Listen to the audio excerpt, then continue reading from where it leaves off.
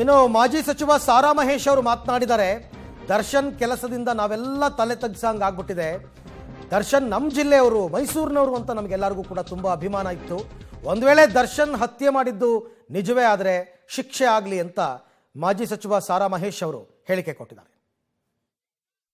Cinema ಜಗತ್ತಿನಲ್ಲಿ ರಾಜ್ಕುಮಾರ್ ಅವರು, ವಿಷ್ಣುವರ್ಧನ್ ಅವರು, ನಮ್ಮ ಯಶ್ ಅವರು, ಸುದೀಪ್, ದರ್ಶನ್, ನಾವುಗಳು ರಾಜಕೀಯೇತರವಾಗಿ ನಾವು ಒಂಥರ ಅಭಿಮಾನಿಗಳು. ಬಟ್ ಎಲ್ಲೋ ಒಂದು ಕಡೆ ನಮಗೆ ನಮ್ಮ ಮೈಸೂರಿನವರು ಇಷ್ಟು ಎತ್ತರಕ್ಕೆ ಬೆಳೆದಿದ್ದಾರೆ ಅನ್ನುವಂಥ ಒಂದು ಹೆಮ್ಮೆ ಇತ್ತು.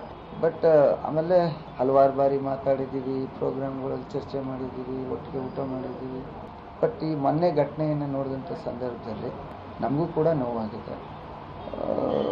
ಸತ್ಯಾಸತ್ಯತೆ ನ್ಯಾಯಾಲಯದಿಂದ ತೀರ್ಮಾನ ಆಗಬೇಕಾಗಿದೆ.